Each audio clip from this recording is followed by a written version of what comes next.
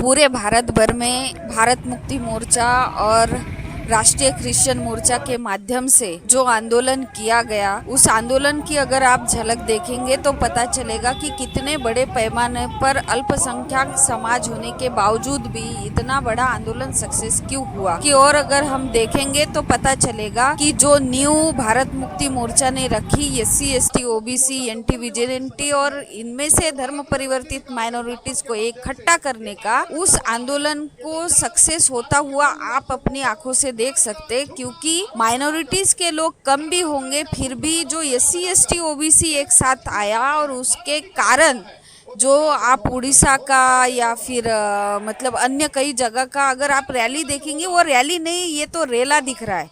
और इतने सारे बॉक्स लगाकर, क्योंकि सबको सुनाई जाना चाहिए, आप देखेंगे कि इतनी बड़ी अरेंजमेंट करके ये रैली संपन्न हुई और ऐसा पूरे देश में कहीं पे निवेदन दिया गया तो कहीं पे रैलियां हुई। इसका मतलब है कि जो राष्ट्रीय क्रिश्चियन मोर्चा है, इसके माध्यम से क्रिश्चियन लोगों में बड़े पैमाने पे जागृति दिख रही है और आने वाले समय में इसका नतीजा आप लोगों को देखने को मिलेगा और बहुत बड़े पैमाने पे मुझे लगता है कि ये नतीजा हमारे सामने आने वाला है और ये आंदोलन को अभी कोई भी ताकत रोक नहीं सकती। लोग देखते रह जाएंगे, क्योंकि अभी सारे मोर्चे भारत मुक्ति मोर्चा के माध्यम से जितने भी ऑफशूट विंग है, उनका कहीं ना कहीं आंदोलन के ऊपर आंदोलन जब हो रहे हैं तो अभी भारत मुक्ति मोर्चा और ऑफशूट विंग राष्ट्रीय क्रिश्चियन मोर्चा ये बड़े पैमाने पे समाज में बदलाव की दिशा में आगे बढ़ने वाले हैं।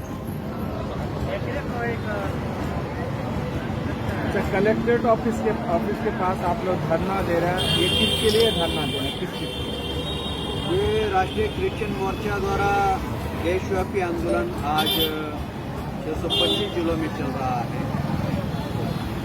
क्रिश्चियनों के ऊपर जो अन्य अत्याचार लगातार बढ़ते जा रहे देश भर में, उसके खिलाफ में ये धरना प्रदर्शन रैली हो रही है।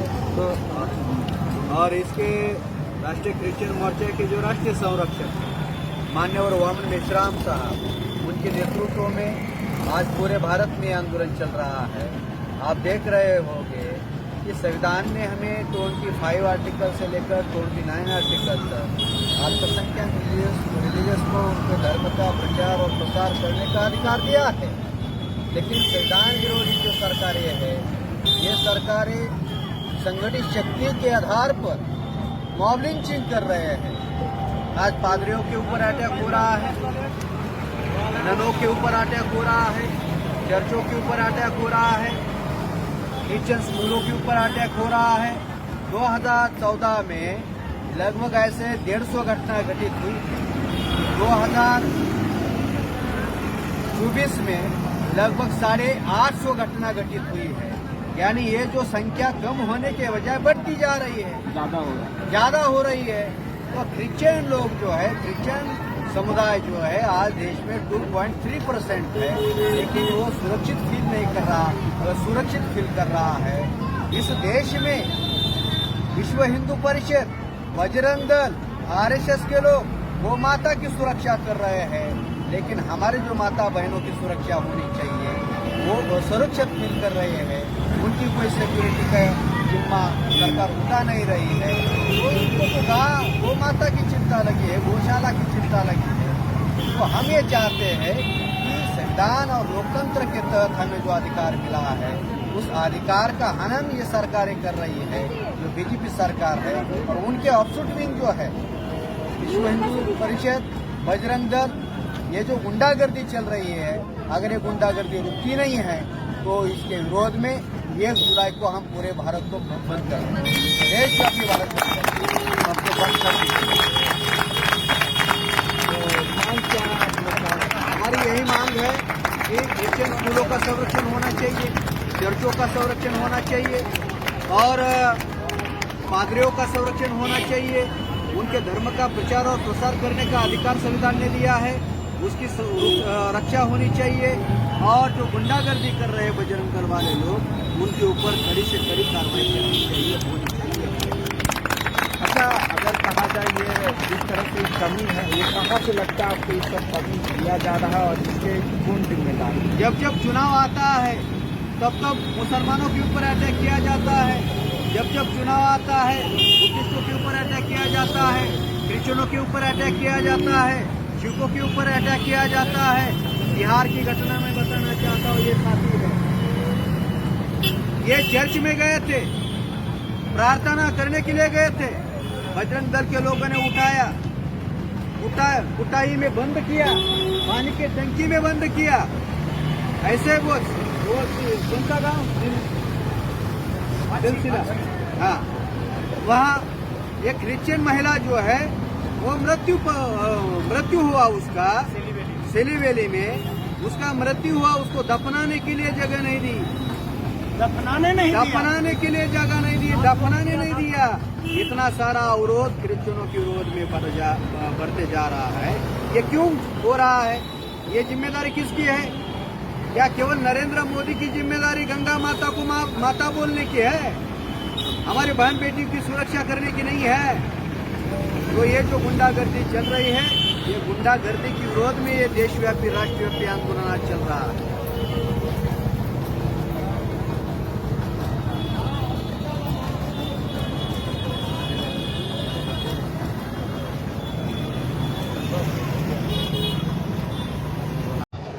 लेकिन जब लात जूता खाते हैं तो हमारे बीच में आते हैं, और इसलिए उनको थोड़ा सा धन्यवाद भी बनता है कि उन्होंने लात जूता लगाया। तो आज राष्ट्रीय क्रिश्चियन मोर्चा के बैनर तरह लोग इकट्ठे हो रहे हैं। तो आज राष्ट्रीय क्रिश्चियन मोर्चा और भारत मुक्ति मोर्चा जो मूल निवासी संगठन है, पूरे भारत में रैली निकालकर ज्ञापन के माध्यम से ये आग्रह कर रहा है कि तत्काल भारत के मूल निवासियों के ऊपर धर्म का झूठा आरोप लगाकर, धर्मांतरण का झूठा आरोप लगाकर केस दर्ज किया जाता है, मारा पीटा जाता है, वो तत्काल बंद होना चाहिए। होना चाहिए या नहीं होना चाहिए? अगर बंद नहीं होगा तो हम स्थानीय प्रशासन, पुलिस प्रशासन को ये आगाह करना चाहते हैं और चेतावनी भी देना चाहते हैं। अगर हम मूल निवासी एक हो जाएंगे और ये जो संविधान विरोधी कृत्य करने वाले लोग हैं, अगर हम भारत के मूल निवासी एसटी, एससी, ओबीसी और माइनॉरिटीज एक हो जाएंगे तो हम उनको चौराहे पर लाके खड़ा कर सकते हैं, चाहे वो कोई भी क्यों ना हो। फ्रांस की जब क्रांति हुई तब वहां के राजाओं को चौराहे पर ला करके खड़ा किया गया। अगर भारत में भी क्रांति होगी तो अन्याय करने वाले छुप कर नहीं भाग पाएंगे। इसकी हम चेतावनी देते हैं। हम भारत के मूल निवासी हैं, हमें कमजोर न समझा जाए। हम सीधे साधे हैं, इसका मतलब यह नहीं है कि हमारे ऊपर डंडा बरसाया जाए धर्म के नाम पर। संविधान हमारे पुरखों ने लड़ करके संविधान दिया, क्योंकि हमारे पुरखे इसी मनुवादी ताकतों की वजह से हजारों साल तक गुलाम रहे। आज अगर शिक्षा का अधिकार मिला है, नौकरी का अधिकार मिला है, तो ये फोकट में नहीं मिला है। हमारे पुरखों ने उसके लिए जान की बाजी लगाई है, तब मिला है। और उसी अधिकार को खत्म करने के लिए ये लोग धर्म और जाति के नाम पर विद्रोह करते हैं, जाति और धर्म के नाम पर दंगा कराते हैं। तो दंगा करने वाले देशद्रोही होंगे या देशभक्त होंगे? अगर वो देशद्रोही होंगे तो उनको सजा देशद्रोह का लगना चाहिए और मिलना चाहिए। हम भारत के मूल निवासी हैं और इसीलिए हम ये मांग कर रहे हैं, संवैधानिक दायरे में रहकर मांग कर रहे हैं,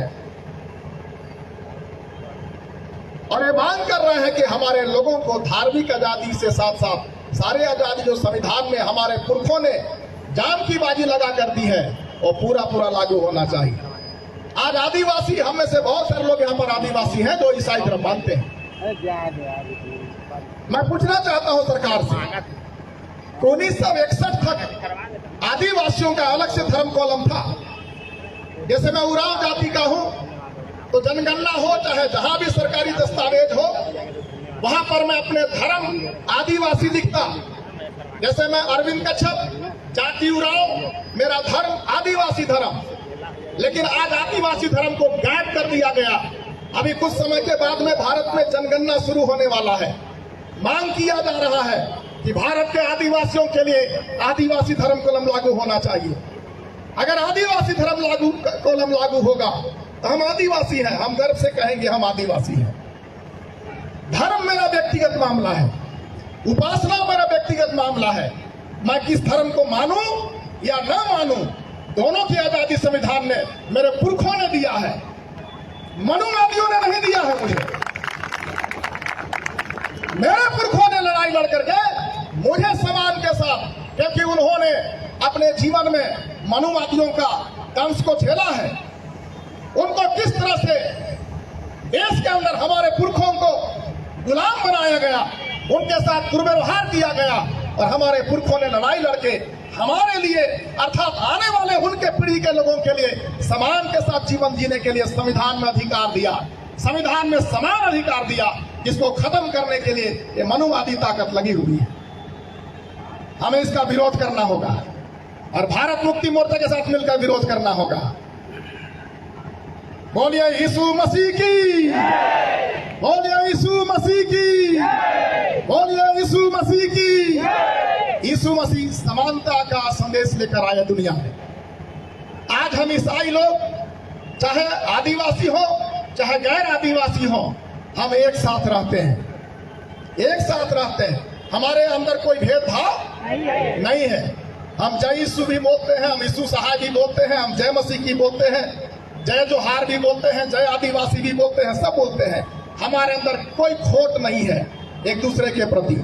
लेकिन मनुवादी ताकत के द्वारा हमारे अंदर घुस करके, आरएसएस के लोग हमारे लोगों के बीच में घुस करके वो दखल देते हैं, घुसपैठ करते हैं और धार्मिक धर्म के आधार पर लड़ाई लड़ाते हैं। हम इसका विरोध करने के लिए इकट्ठा हुए हैं। धर्म के नाम पर लड़ाई करना बंद करो देश के अंदर। ये संविधान द्रोह है, क्योंकि संविधान में सबको धर्म मानने की आजादी दी गई है। अगर संविधान में सभी को धर्म मानने की आजादी दी गई है, तो हमारे लोगों को ईसाई धर्म मानने पर मारने पीटने का औकात या मारने पीटने का सर्टिफिकेट किसने दिया है? जैसे हमारे एक साथी ने कहा, ईवीएम मशीन के वजह से आज गलत लोग चुन करके शासन सत्ता में सर्वोच्च पदों पर बैठ रहे हैं।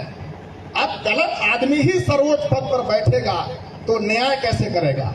उसके अंदर न्याय करने का लक्षण ही नहीं है, उसके अंदर न्याय करने का नेचर ही नहीं है, तो न्याय कैसे करेगा?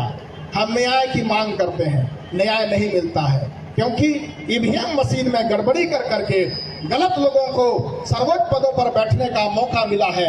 हमको ईवीएम का भी विरोध करना है। और 1 जुलाई को राष्ट्रीय भारत मुक्ति मोर्चा के द्वारा माननीय वामन मेश्राम जी के आह्वान पर 1 जुलाई को भारत बंद करने का आह्वान किया गया है। हम लोग अंबिकापुर को बंद करेंगे, हम लोग अंबिकापुर को बंद करेंगे 1 जुलाई को, सारे शहर को बंद करेंगे और कहेंगे ईवीएम मशीन हटना चाहिए भारत से। अगर वो भारत में आया है, ईवीएम मशीन देसी है कि विदेशी है बताइए? ईवीएम मशीन विदेशी है, और उस विदेशी ईवीएम मशीन में चोरी और गड़बड़ी करके हमारे हक और अधिकार खत्म किए जा रहे हैं। तो हमको पहले जो ईवीएम विदेशी है इसको हटाना पड़ेगा, हम मूल निवासियों को हटाना पड़ेगा। अगर हम नहीं हटाए तो संविधान भी खतरे में है। आने वाले दिनों में संविधान को बदलने की भी साजिश की जा रही है। इसलिए हम लोग को एक होना पड़ेगा। धर्म और जाति और संस्थावाद से हमको अलग होकर, उससे ऊपर उठकर हमको संविधान को बचाने की लड़ाई लड़नी पड़ेगी। जैसे हमारे पुरखों ने संविधान देने के लिए लड़ाई लड़ा, वैसे आज हमारे चुनौती आ गया है कि हम एक होकर के संविधान को बचाने की लड़ाई लड़ें। अगर संविधान बचाने की लड़ाई नहीं लड़ेंगे तो आने वाला पीढ़ी जब नुकसान सहेगा, जब इनका आतंकवादी गतिविधि को सहेगा, जब इनके द्वारा जो अन्याय होगा उसको सहेगा, तब वो हमें कोसेंगे, कहेंगे कि हमारे बाप दादे क्या कर रहे थे जब संविधान पे लोग बदल रहे थे, हमारे बाप दादे क्या कर रहे थे जब संविधान को बदल रहे थे। लेकिन अगर हम जान की बाजी लगाकर अगर संविधान की रक्षा करने के लिए खड़े रहेंगे और संविधान बचा रहेगा, तो आने वाला हमारा जो पीढ़ी है वो कहेगा, गर्व से कहेगा कि हमारे पुरखों ने, हमारे बाप दादों ने संविधान की रक्षा के लिए जान की बाजी लगाई, और इसीलिए आज हम अपने देश में सम्मान के साथ जिंदा रहते हैं, जीते हैं। और आज हमारे विपिन साहब बता रहे हैं, बिरसा मुंडा जी का शहादत दिवस भी है। बिरसा मुंडा जी का शहादत दिवस, शहीद होने का दिन है। जय बिरसा। हमारे पुरखों ने हमारे लिए लड़ाई लड़ी, अपने जान की बाजी लगा, और तब जाकर संविधान में हमको अधिकार मिला। और आपको पता है ये 5वीं अनुसूची क्षेत्र है। 5वीं अनुसूची क्षेत्र में आदिवासियों के अधिकार खत्म किए जा रहे हैं पूरी तरीके से। आने वाले दिनों में हमें अपने हक और अधिकार, धार्मिक के साथ साथ जो अनुसूची हमें मिला है उसके लिए भी काम करना होगा, ताकि हम अपने हक और अधिकार जो संविधान में मिले हुए हैं उसको हम लोग रक्षा कर पाए। मैं ज्यादा ना बोलते हुए, समय के पाबंदी के हिसाब से समय हमें इजाजत नहीं देता। हम लोगों ने 2 से 5 का समय ले रखा है प्रशासन से। हम लोग संविधान के मानने वाले लोग हैं, हम लोग कभी भी संविधान का उल्लंघन नहीं करते, लेकिन यदि कोई हमारे खिलाफ में काम करेगा तो हम उसके विरुद्ध में बोलना भी नहीं छोड़ते, हम उसके विरोध में खड़ा होना भी नहीं छोड़ते। देश हमारा है, देश मेरे पुरखों का है। अगर मेरे ऊपर अन्याय होगा तो मैं जरूर आवाज उठाऊंगा, और इसी आशा और विश्वास के साथ कि आने वाले दिनों में हम भी सभी लोग मिलकर के आवाज उठाएंगे, आवाज को बुलंद करेंगे। और मैं ये धन्यवाद और गर्व के साथ ये कहना चाहता हूं कि आज भारत के सभी जिलों में हमारे ईसाई समाज और भारत मुक्ति मोर्चा के लोगों ने ज्ञापन और रैली करके सरकार को ये आगाह किया है कि ईसाइयों के ऊपर अन्याय करना बंद करो, ईसाइयों के ऊपर अन्याय करना बंद करो। अगर अन्याय बंद नहीं होगा तो हम लोग आगे बड़े आंदोलन करेंगे, और आप सभी लोग साथ सहयोग करेंगे जैसे आज आप लोगों ने साथ सहयोग किया है, आगे भी साथ सहयोग करेंगे। इसी आशा और विश्वास के साथ मैं अपनी वाणी को यहीं पर विराम देता हूं। बहुत बहुत धन्यवाद। जय मसीह की, जय यीशु, यीशु सहाय, जय मूल निवासी, जय जोहार, जय आदिवासी, जय छत्तीसगढ़, जय संविधान, जय भारत। बहुत बहुत धन्यवाद सर, लोगों को मार्गदर्शन करने के लिए।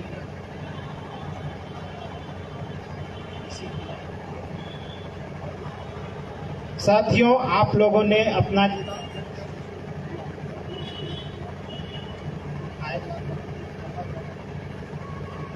साथियों हम लोगों के बीच में इस कार्यक्रम को समाप्ति की घोषणा करने के लिए माननीय रुधिर क्रिकेटा साहब हैं, उनसे मैं रुधिर किस्कोटा जी हैं, वो कार्यक्रम का समाप्ति की घोषणा करें।